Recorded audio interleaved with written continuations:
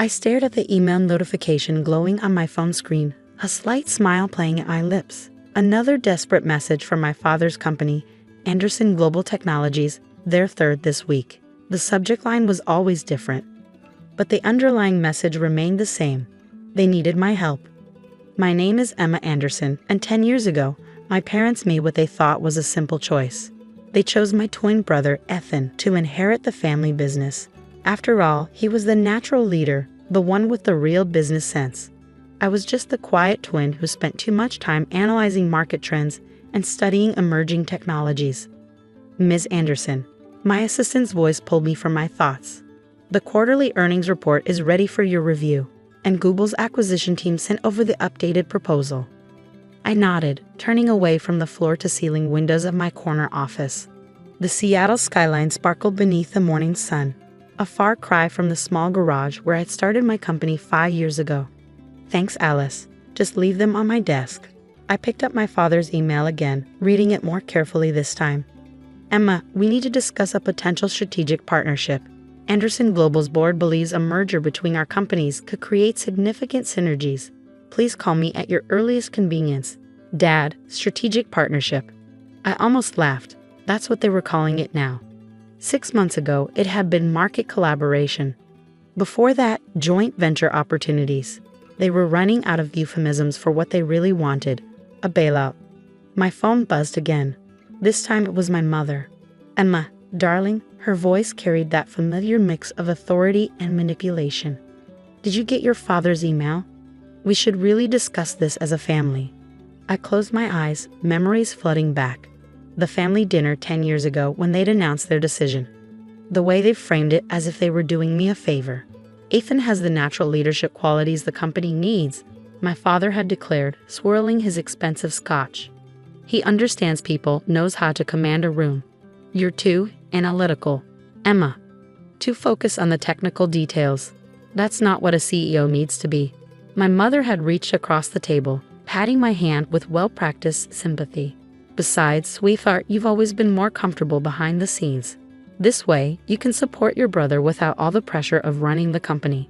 I remembered Ethan's smug smile, the way he'd straightened his shoulders, already practicing his executive posture. Don't worry, sis. I'll make sure there's always a place for you in the company.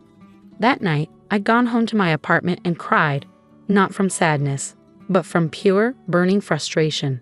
They'd never seen me, never really understood what I was capable of. To them, I was just the quiet twin, the careful one, the one who didn't fit their image of a business leader. Emma, my mother's voice brought me back to the present. Are you there? Yes, Mom. I got the email.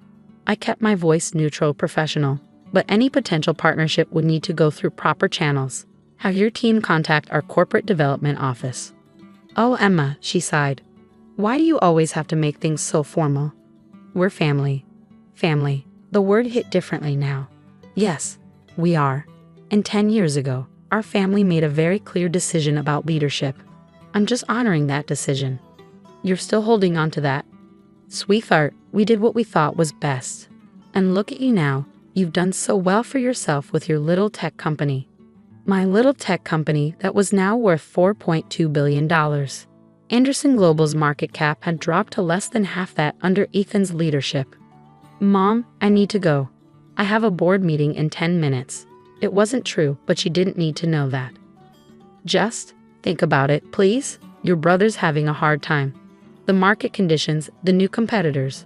It's been challenging. I ended the call, turning back to the window. Challenging didn't begin to describe Ethan's situation. Under his leadership, Anderson Global had missed every major tech trend of the last decade.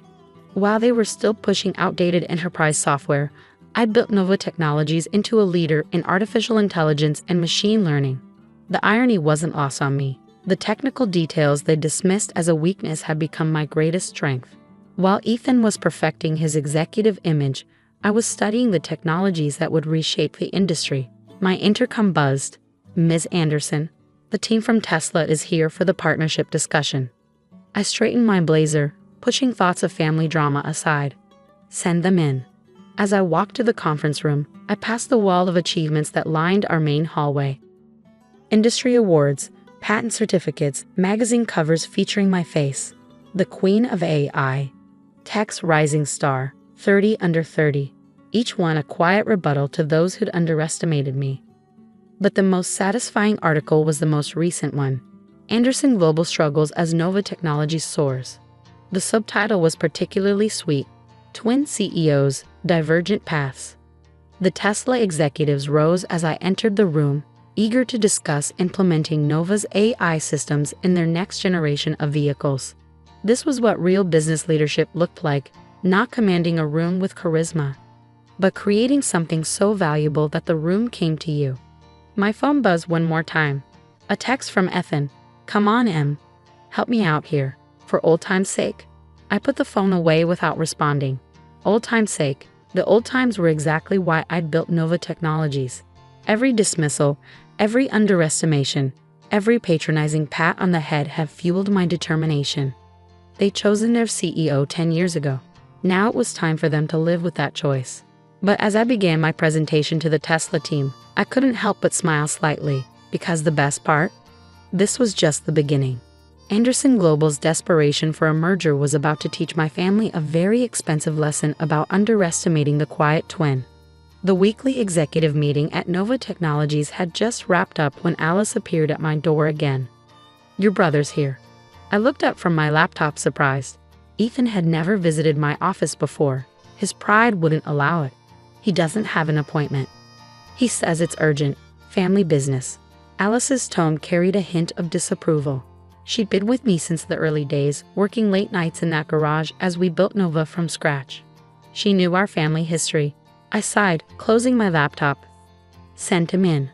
Ethan strode into my office like he owned it, the same way he walked everywhere. But something was different.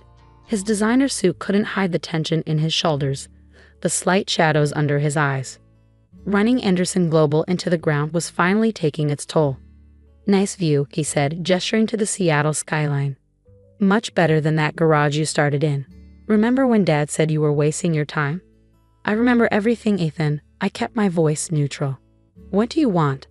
He turned to face me, and for a moment, I saw a flicker of the brother I'd grown up with. Before the competition, before the bitterness. We need to talk about the merger. There is no merger discussion. I already told Mom. Our stock dropped another 15% yesterday, he cut in. The board is talking about replacing me. I leaned back in my chair. And this concerns Nova Technologies how? Come on, Em. He ran a hand through his perfectly styled hair. You know exactly how your AI systems could transform our business. Together, we could. Together. I couldn't help but laugh. Now you want to work together. Where was this collaborative spirit 10 years ago? His face hardened. That's not fair. I didn't ask for them to choose me. No, but you didn't exactly protest, did you? I stood up, walking to the window. You were so sure you were the right choice. The natural leader. How's that working out? Is that what this is about? Revenge? He stepped closer. You built all this just to prove a point. I turned to face him. I built this because I saw where the industry was going while you were busy playing CEO. I built this because every time you and Dad dismissed my technical details as irrelevant, I knew you were wrong. Fine, you were right. His composure cracked. Is that what you want to hear? You're the better CEO. You won. But there are 5,000 people who depend on Anderson Global for their livelihood. Are you going to punish them just to spite me? That hit home. He knew it would. He was my twin after all. We'd grown up learning each other's weak spots. Those people deserve better leadership, I said quietly, and you know it. Ethan slumped into one of my visitor chairs. The board's giving me 1 month to turn things around. After that, he looked up at me. Help me, Em. Please, not for me, but for Dad's legacy. I walked back to my desk, pressing the intercom. Alice, please bring in the Horizon folder. Ethan straightened. What's that? 6 months ago, I had our strategy team prepare a complete analysis of what acquiring Anderson Global would look like. I took the folder from Alice. Not a merger. An acquisition. His face paled. You've been planning this? I've been preparing for it. There's a difference. I slid the folder across the desk. Page 12 outlines the leadership transition plan. Page 15 details the technology integration roadmap. He opened the folder with shaking hands. You want to fire me? I want to fix what you broke. I sat down again. The board gets what they want, new leadership. The employees keep their jobs. The company survives, but not as equals, Ethan. Nova acquires Anderson Global at current market value, and I become CEO of both companies. Dad will never agree to this. Dad's not the majority shareholder anymore. You've been diluting family ownership for years to keep the company afloat. I pointed to page 3.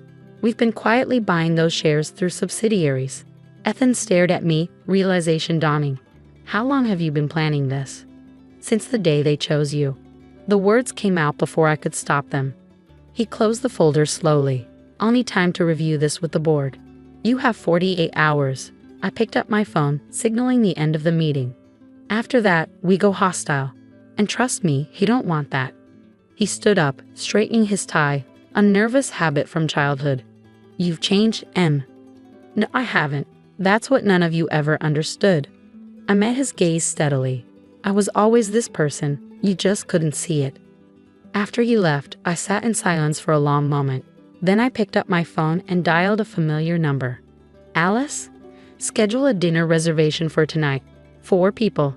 I paused. And contact our PR team. Tell them to be ready by tomorrow afternoon. It was time to have one last family dinner, but this time, I would be the one making the announcements. Sometimes the quiet twin speaks the loudest.